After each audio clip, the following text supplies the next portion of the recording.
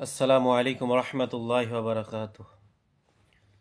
অত্যন্ত দুঃখ ভারাক্রান্ত হৃদয়ে কথা বলতেছি যে আজকে যারা ওলামায়ে কিরাম নামে, আমরা যারা নবীর ওয়ারিসদের নামে চলতেছি, আমাদের সিফত কেমন হবে বলেন?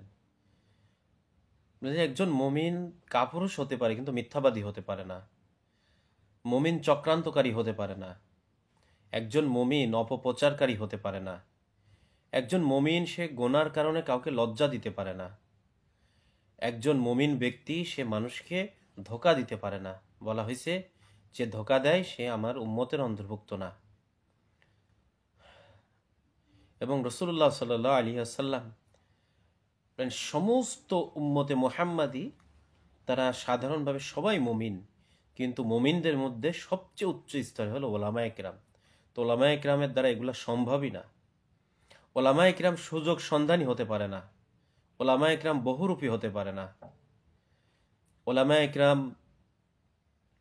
একটা মানুষের রুজু করা বিষয়, একটা মানুষের যেই অবস্থান থেকে একটা আলেম ফিরে আসে সেইটাকে ইস্যু করে সমাজে ফিতনা করা, এটা ওলামায়ে কিরামের দ্বারা সম্ভব না।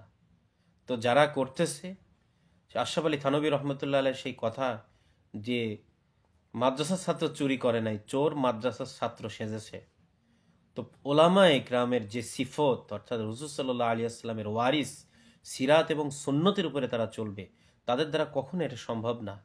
আমি বলতে চাচ্ছি হলো, মৌলানা আবদুল্লাহ মনসুর হাফিজাহুল্লাহ 2016 সালে উনি যে একটা কিতাব লিখছিলেন, সম্ভবত 2016 সালে, আল ইমারা হিয়া সুন্নাহ, যে ইমারতি হলো এটা সুন্নাত, এবং যে কথাটা সম্পূর্ণ কোরআন হাদিস এবং সিরাত এবং আসলাফদের আদর্শ ভিত্তিক কথা।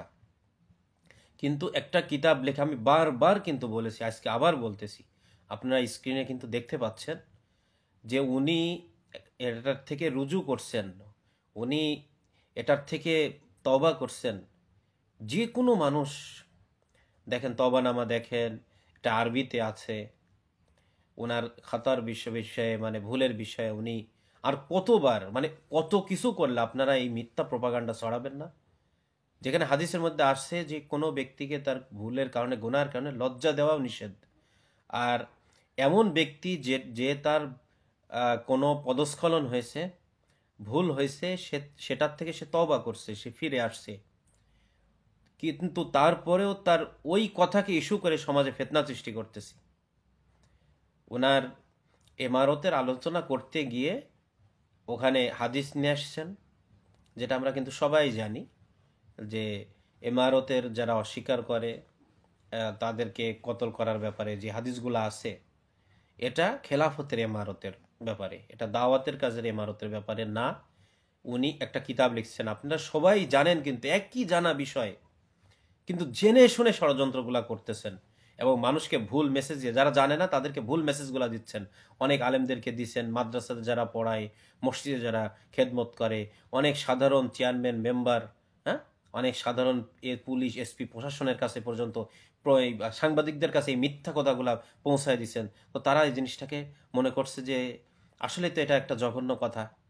কিন্তু সবাই জানেন, আপনারা যারা কথা শুনতেছেন, বাংলাদেশ হাজারো ওলামা একরাম কিতাব লেখে, কিতাব লেখার পরে বড়দের কাছে দেখতে দেয়, তারা সেটা যাচাই বাছাই করে দেখে, দেখার পরে এই এই জায়গাগুলো ভুল হয়েছে, এখানে এই শব্দ লিখতে হবে, এইটার বদলে এইটা, এগুলা বলে দেয়। কিন্তু আবদুল্লাহ মনসুর হাফিজাহুল্লাহ যখন এই কিতাবটা লেখার পরে পরে 10-15 জন বড় বড় আলেমদেরকে এটা দেখাইছেন, তাদের সামনে বসছেন, বিশেষ করে মুফতি গোলামুর রহমান, খুলনার মুফতি গোলামুর রহমানের হাফিজাউল্লাহর মধ্যস্থতায় এটা একটা সমাধান হয়। উনি ওটার থেকে যে আমি এটা এখানে এখানে এইটা প্রযোজ্য না, দাওয়াতের ইমারতের ব্যাপারে এখানে প্রযোজ্য না, এটা আমার ভুল হয়েছে। আর ওলামা একরাম যারা কিতাব লেখেন, কিতাব লেখার পরে কিন্তু তারা নজরে সানি করান, দেখান, বিভিন্ন আলেমদের কাছে দেখান, দেখানোর পরে ভুল ত্রুটি সংশোধন হয়, তারপরে আপনারা সেটা ছাপানোর কাজ করেন, প্রকাশনীতে বিভিন্ন প্রকাশনীর মাধ্যমে সে ছাপায় বিভিন্ন গ্রন্থাগারে বিক্রি করেন, সেটা ইসলামী প্রচার প্রসারের জন্য ব্যবহার করেন। কিন্তু তার সঙ্গে আবার কি লিখে দেন যে মানুষ হিসাবে ভুল ত্রুটি হইতেই পারে, আপনারা কেউ যদি আমার কোনো বিষয় যদি আপনাদের নজরে আসে তাহলে আমাদেরকে জানাবেন, আমরা পরবর্তী সংস্করণে সংশোধন করে দেব। কারণ মানুষ হিসাবে ভুল ত্রুটি হতেই পারে। আরও বিভিন্ন বিভিন্ন আলেমদের কাছে, বিভিন্ন মানুষের কাছে আরও অনেক ভুল ত্রুটি অথবা অনুচিত কথাগুলো নজরে আসতে পারে, এটাই স্বাভাবিক। এটা সমস্ত মানে যারা লেখক লেখে তাদের একটা উসুল। তো কিন্তু উনি উনার যে এটা তুমি ভুল লিখছো, এটা এখানে লেখা ঠিক হয়নি, এরপরে উনি বাংলাদেশের বহু ওলামা একরামের কাছে যে বলছেন যে আমার এই লেখাটা ঠিক হয়নি, এবং উনি এই কিতাব আর ছাপান নাই, 25 কপি ছাপাইছিলেন, ওলামা একরামের কাছে দিছিলেন দেখার জন্য। তারপরে ওলামা একরামের উপস্থিতিতে, বিভিন্ন মানুষের উপস্থিতিতে উনি এটার থেকে রুজু করেন, এটার থেকে রুজু করে এটা লিখিতভাবে দেন। এবং এই কিতাব ওই তারপর থেকে 2016 সালের পর থেকে কোনো লাইব্রেরিতে আপনারা পাবেন না, এখনও কোনো লাইব্রেরিতে কখনো পাবেন না, কোনো প্রকাশনীতে নাই, কোথায়ও নাই।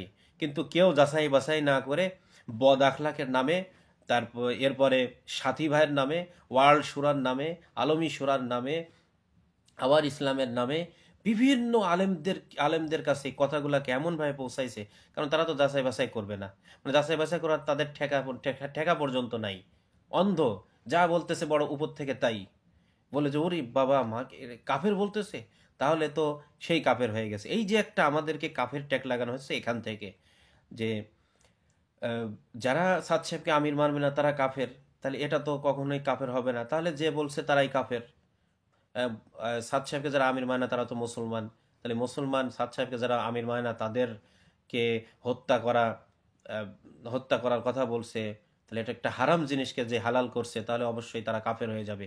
এই কথাকে দিয়ে এই পুরা দেশের মধ্যে একটা আগুন ধরায় দেওয়ার ব্যাপক চেষ্টা করা হচ্ছে, যেটা এই দাড়ি টুপি জুব্বা নিয়ে মানে শয়তানও এর কাছে হার মেনে যাবে, এত বড় ধরনের একটা শয়তানি। স্ক্রিনে পুরা দেখতে পাচ্ছেন কিন্তু বিভিন্ন তার রুজুর ডকুমেন্ট, কাগজ, এবং তার মুখের চ্যালেঞ্জ পর্যন্ত আছে যে আমি আমি এগুলার থেকে তো ফিরে আসছি, আমি এটা আর কোনো ছাপানো হয় না এই কিতাব, আমাদের কোনো মার্কাজে পড়ানো হয়, আমাদের কোনো ওলামা একরাম জোড়ে হোক ইস্তেমা হোক এইসব কথা বলে,